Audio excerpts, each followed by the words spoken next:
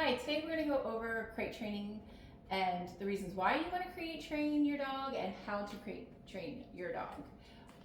So some of the reasons why you would want to is, say, to create space between you and your dog, therefore avoiding separation anxiety. If you're potty training, if you maybe have a medical condition, or maybe you're getting surgery or something, if they need to have a place to relax and kind of call their own. Also, if you have a dog, this guy right here, who needs to be told when to shut himself off. A couple other reasons why, if you're traveling, if you go to a hotel or someplace, you have a safe place to leave them while you're doing your errands or whatever you're doing. Evacuation purposes, if you have to go to an evacuation center, you'll have a dog that's crated. Another reason to crate train is so that they don't destroy your furniture. Also, you might have contractors coming over, or if you have friends stopping by that maybe have a fear of dogs, you have a place to put them, a secure place to put them. I have mine here in this room. It's wide open. They kind of have access to seeing who is in the house, who's coming and going. That helps a lot. Not barking because they don't feel like they're separated from the household. They are in plain view of just about everything. I see when I got him, he was full of anxiety, and when I put him in the crate, he would shred all of his blankets. So he has a few blankets in there. I don't give him many. He doesn't shred them, but he has at least some kind of padding on the ground. We have Ellie's cage, who doesn't really need a lot of padding. And then we have Kimber's cage, has a lot of padding. She is recently adopted from the shelter, so she had a lot of callus on her legs from just laying on the concrete time after time after time. So as you can see, I leave the doors open and they come and go as they please. If I need to go to the grocery store, these three all get caged, crated, however you want to say it. Jesse's is a good size for him, and Ellie's is the next, like I said, and hers is a good size.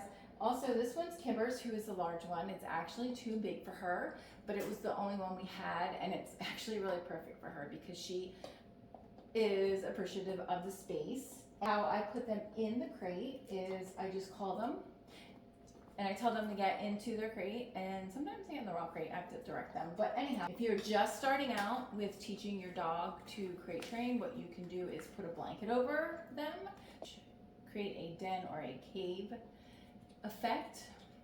They might appreciate that more, especially if they're new to the house and scared. It also will help with the noise reduction. Another reason to put them in the crate is meeting the satiation needs of chewing, because you can also encourage them to chew while they're in the crate. All right, so with Gus, you would keep the door open, we would throw a treat in there or two, he would run in and get it, come back out, reinforce him with more treats. And then eventually we ended up feeding him in there, and I would put the bowl all the way in the back with the door open, and then we would move to shutting the door only while he's eating. I would be standing there, and as soon as he's done, I would immediately open the door and he would come out. You can do it several different ways. This is just the way we did it with Gus. All right, so Kimber is waiting for her treat, naturally. So how I do it is I just give her a few treats. So now, because she came from the shelter and she hasn't really been in this household very long, I cannot just go up and grab her and lead her in because she bulks from me. So what I have to do is take a handful, and she will just put herself in there and eat and lay down, and then I'll just shut the door. Hers right here, so she's right here. Good girl. She's good. And then I will shut the door, and then I'll do the bottom. All right, Bessie, come. Bessie, cage. Good boy. So Bessie's getting in his cage. All right. Ellie, get in your cage. Ellie, get your cage. Good girl.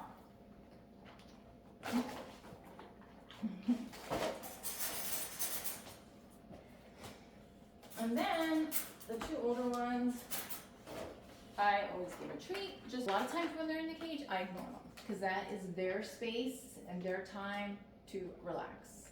The only time I correct them is when they start barking. I don't like it. tell them no. There's no reason for you to do it. If you have any comments or questions about crate training, go ahead and drop them in the comments. Don't forget to like and subscribe.